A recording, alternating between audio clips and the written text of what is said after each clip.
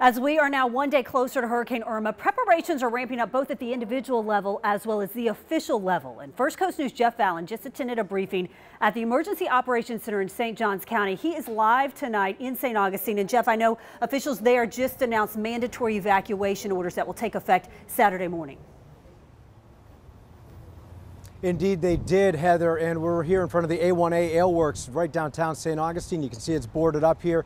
That mandatory evacuation to begin 6 a.m. Saturday for zones A and B. Now, that includes all of St. Augustine, a lot of beachfront areas, as you can imagine, the ICW, and even areas that overlook the St. Johns River. You'll want to check your zones, but that's zones A and B.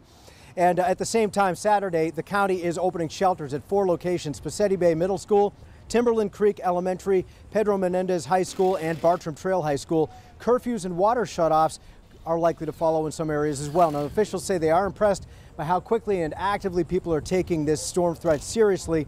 You can see homes already boarded up in the Lincolnville neighborhood, restaurants, other businesses in downtown St. Augustine doing the same. Everyone seems to agree. The recent memory of Harvey and locally Matthew last year has made a huge difference. Now, again, this is a mandatory evacuation we're talking about. And I spoke with St. Augustine Mayor Nancy Shaver today. She recalled a warning from another sheriff in another hurricane situation. Well, nothing like this to serve as a stark reminder. What he did was basically tell people that they could stay, but when their body was found, they likely would not have any clothes on. And that got a lot of women to pack up and leave.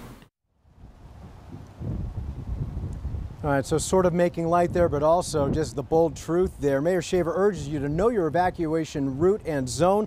Also, take important documents with you, especially if you're still cleaning up after Matthew. You'll want to have those documents because it could be a separate insurance claim. Very important for a lot of folks in this area. Now, one more note.